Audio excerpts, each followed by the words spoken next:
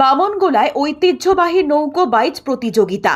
বামনগোলা ব্যবসায়ী সমিতি ও বামনগোলা পুলিশ প্রশাসনের উদ্যোগে বুধবার বিকেলে বামনগোলা ব্লকের টাঙ্গন নদীর ওপর একদিনের ঐতিহ্যবাহী নৌকো বাইচ প্রতিযোগিতা অনুষ্ঠিত হলো। ছোট বড় মাঝারি মিলিয়ে 10টি নৌকো প্রতিযোগিতায় অংশগ্রহণ করে এবং 3টি দলকে পুরস্কৃত করা হয়। নৌকো বাইচকে কেন্দ্র করে রাস্তার দুপাশে মেলা এবং জনসমাগম চোখে পড়ার মতো। ঐতিহাসিক নৌকো বাইচকে সাফল্যমণ্ডিত করতে বামনগোলা ব্লক প্রশাসন ও গাজল ব্লক প্রশাসন সহযোগিতার হাত বাড়িয়ে দিয়েছে। বামনগোলা ব্লক ও গাজল ব্লকের মধ্যবর্তী নদী টাঙ্গন নদীর ওপর নৌকো বাইচ প্রতিযোগিতা প্রত্যেক বছরের মতো এই বছরও বামনগোলা ব্যবসা সমিতির ব্যবস্থাপনায় মালদা জেলার ঐতিহ্যবাহী নৌকো বাইচকে সকলের সামনে তুলে ধরলেন। আজকে সবাই উপস্থিত ছিলেন বামনগোলা ব্লক আধিকারিক মনোজিৎ রায়, মালদা পরিষদের সদস্য অশোক সরকার, মালদা জেলা পরিষদের কর্মাধ্যক্ষ পূর্ণিমা বারুই দাস, গাজল পঞ্চায়েত সমিতির সদস্য দীপঙ্কর হালদার, নমামি গঙ্গার জেলা প্রকল্প আধিকারিক সুব্রত দাস সহ আরও অনেক বিশিষ্টগণ। এই বছর টাঙ্গন নদীকে দূষণমুক্ত জলজ জীববৈচিত্র্য রক্ষার জন্য মালদার গঙ্গা ডিস্ট্রিক্ট কমিটির উদ্যোগে বিশেষ পরিকল্পনা গ্রহণ করা হয়েছে। বিডিও মনোজিৎ রায় বলেন, কাপড় কাচা, মূর্তি বিসর্জন, পুজোর সামগ্রী, নদীর ধারে শৌচকর্ম, মাছ ধরার জন্য বিষ প্রয়োগ প্রভৃতির কারণে মালদা জেলায় গঙ্গা দূষণ হচ্ছে।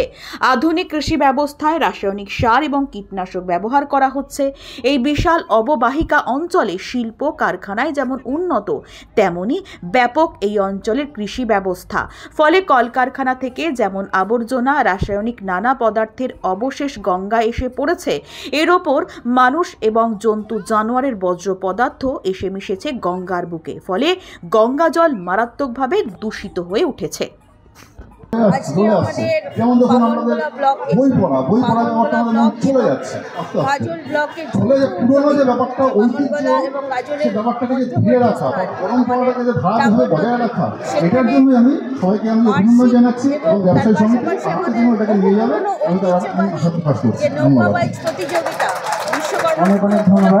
প্রত্যেক বছর এবার আমাদের মধ্যে উপস্থিত হয়েছেন কৃষি বচনের মধ্যে এবার ব্যতিক্রম হয়নি রঞ্জিত সরকার মহাশয়, পশ্চিমবঙ্গ সরকারের ভূমি ও ভূমি সংস্কার দপ্তর এবং ত্রাণ ও উদ্বাস্তু কল্যাণ দপ্তরের চেয়ারম্যান শ্রী রঞ্জিত সরকার মহাশয়ের কাছে বাইচ সম্পর্কে দু চারটি কথা শুনুন।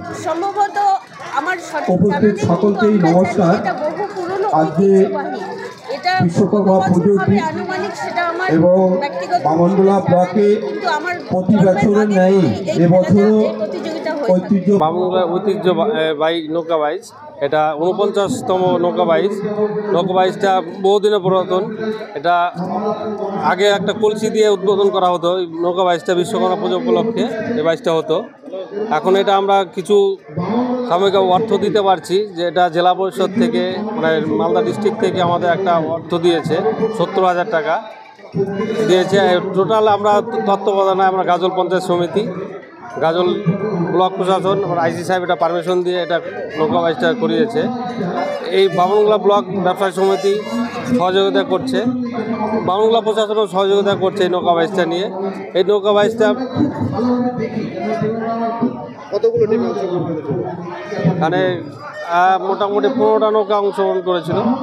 বড় নৌকা আছে, ছোট নৌকা আছে, মাঝারি আছে। ফার্স্ট প্রাইজ এখানে 10,000 টাকা, সেকেন্ড প্রাইজ 8,000 আর থার্ড প্রাইজ 7,000। বহু দূর দূরান্ত থেকে দর্শকরা আসে। এটা আমাদের উত্তরবঙ্গের মধ্যে খুব বড় ঐতিহাসিক নৌকা বাইচ। এটা আমরা খুব সুন্দর প্রতিযোগিতা উপভোগ করেছি। এই প্রতিযোগিতায় আমরা দেখেছি খেলোয়াড় সুলভ ওনাদের যে আচরণ, সঙ্গে আমাদের যে মালদা জেলা গঙ্গা কমিটিরও অ্যাক্টিভ আমরা পার্টিসিপেশন দেখলাম।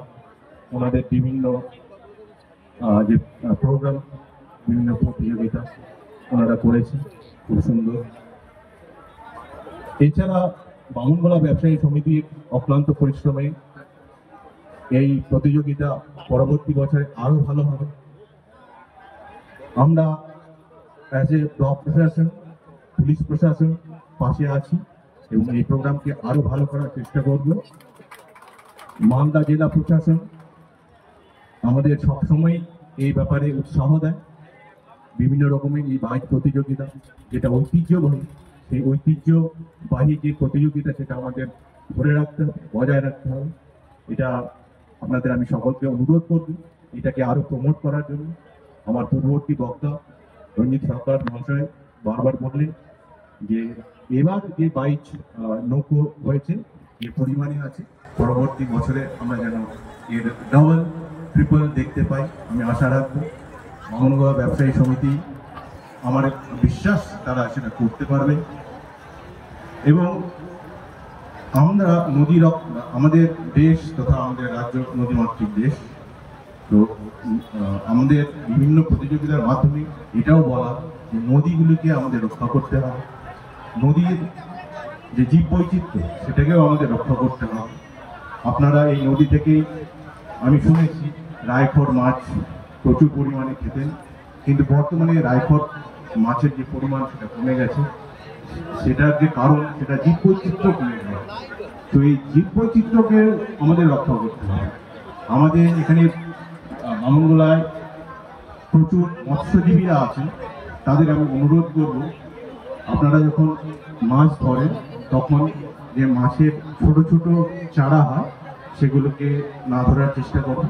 এতে যে নদীর জীববৈচিত্র্য সেটা আরও বৃদ্ধি পাবে এবং নদীতে জীববৈচিত্র্য যদি ঠিক থাকে, নদীর ওভারঅল যে নদীর কন্ডিশন সেটা ঠিক থাকবে। এবং আমরা সকলেই শপথ গ্রহণ করব যে নদীকে আমরা কোনোভাবে দূষিত করব না, নদীকে আমরা পরিষ্কার পরিচ্ছন্ন রাখবো।